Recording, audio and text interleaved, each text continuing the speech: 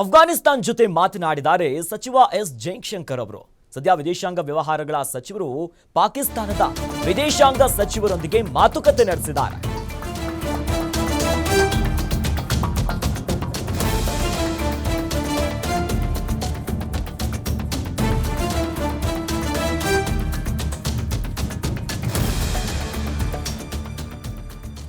ಇನ್ನು ಅಫ್ಘಾನಿಸ್ತಾನದ ವಿದೇಶಾಂಗ ಸಚಿವರ ಜೊತೆ ಭಾರತದ ವಿದೇಶಾಂಗ ಸಚಿವರಾಗಿರುವಂತಹ ಜೈಶಂಕರ್ ಅವರು ಮಾತುಕತೆಯನ್ನ ಮಾಡಿದ್ದಾರೆ.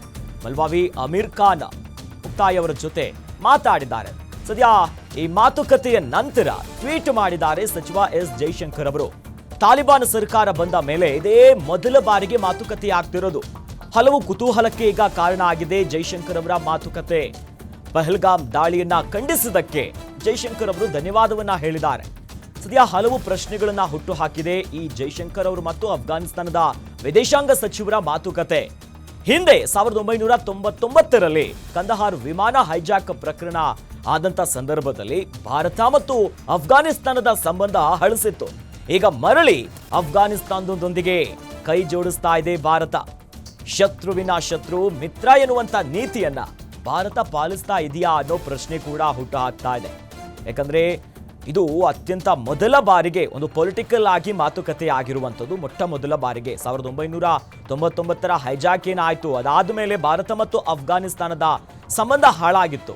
ಜೊತೆಯಲ್ಲಿ ಅಫ್ಘಾನಿಸ್ತಾನಲ್ಲಿ ತಾಲಿಬಾನ್ ಸರ್ಕಾರ ಬಂದ ಮೇಲೆ ಇದೇ ಮೊದಲ ಬಾರಿಗೆ ಮಾತುಕತೆ ಆಗ್ತಿರೋದು.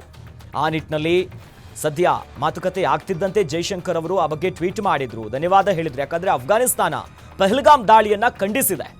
ಈ ನಿಟ್ಟಿನಲ್ಲಿ ಈಗ ಉಭಯ ದೇಶಗಳ ಮಾತುಕತೆ ತೀವ್ರ ಚರ್ಚೆ ಕಾರಣ ಆಗ್ತಿದೆ. ಒಂದು ಕಡೆ ಪಾಕಿಸ್ತಾನಕ್ಕೆ ಬಲೂಚಿಸ್ತಾನದಲ್ಲಿ ಕೂಡ ಈಗಾಗಲೇ ಅಲ್ಲಿನ ಪ್ರತ್ಯೇಕ ದೇಶ ಬೇಕೆನ್ನೋದಾಗಿ ಒಳಗಿನೇ ಬೇಗುದಿ ಕುದೀತಾ ಇದೆ. ಜೊತೆಯಲ್ಲಿ ಅಫ್ಘಾನಿಸ್ತಾನವೂ ಕೂಡ ಈಗ ಭಾರತ ಜೊತೆ ಮಾತುಕತೆ ಆಗ್ತಿದೆ. ಬಲೂಚಿಸ್ತಾನವೂ ಕೂಡ ಭಾರತದತ್ತ ಒಲವು ತೋರಿಸ್ತಾ ಇದೆ.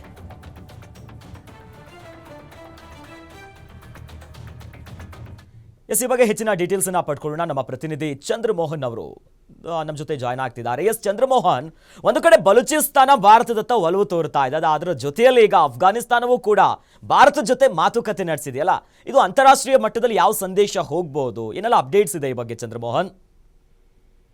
ಅಖಿಲೇಶ್, ಏನಂದ್ರೆ ತಾಲಿಬಾನಿ ಸರ್ಕಾರ ಬಂದಾಗಿನಿಂದಲೂ ಸಹ ಭಾರತ ಕಾದು ನೋಡುವ ತಂತ್ರಕ್ಕೆ ಶರಣಾಗಿತ್ತು. ಆದ್ರೆ ಈ ವರ್ಷದ ಜನವರಿಯಲ್ಲಿ ಭಾರತದ ವಿದೇಶಾಂಗ ವ್ಯವಹಾರಗಳ ಕಾರ್ಯದರ್ಶಿ ವಿಕ್ರಮ್ ಮಿಸ್ರಿ ಅವರು ಮೊದಲ ಬಾರಿಗೆ ಅಫ್ಘಾನಿಸ್ತಾನದ ವಿದೇಶಾಂಗ ವ್ಯವಹಾರಗಳ ಸಚಿವರ ಜೊತೆ ಮಾತನಾಡಿದರು. ಮೌಲ್ವಿ ಅಮೀರ್ ಖಾನ್ ಮುತ್ತಕಿ ಜೊತೆ ಮಾತನಾಡಿದ ವಿಕ್ರಮ್ ಮಿಸ್ರಿ ಯಾವ ರೀತಿಯಾದಂತಹ ಕ್ರಮಗಳನ್ನು ತೆಗೆದುಕೊಬೇಕು, ಅಂದ್ರೆ ಅವರಿಗೆ ಬೇಕಾಗಿರುವಂತಹ ನೆರವುಗಳನ್ನ ಈ ಹಿಂದಿನಿಂದಲೂ ಭಾರತ ನೀಡ್ತಾ ಇತ್ತು. ಈಗ ಎಸ್ ಜೈಶಂಕರ್ ಅವರು ಪಾಕಿಸ್ತಾನದ ವಿರುದ್ಧ ಆಪರೇಷನ್ ಸಿಂಧೂರ ನಡೆದ ಬಳಿಕ ಮೊಟ್ಟ ಮೊದಲ ಬಾರಿಗೆ ಜೈಶಂಕರ್ ಅವರು ಅಲ್ಲಿನ ವಿದೇಶಾಂಗ ವ್ಯವಹಾರಗಳ ಹಂಗಾಮಿ ಸಚಿವರ ಜೊತೆ ಮಾತನಾಡಿದ್ದಾರೆ.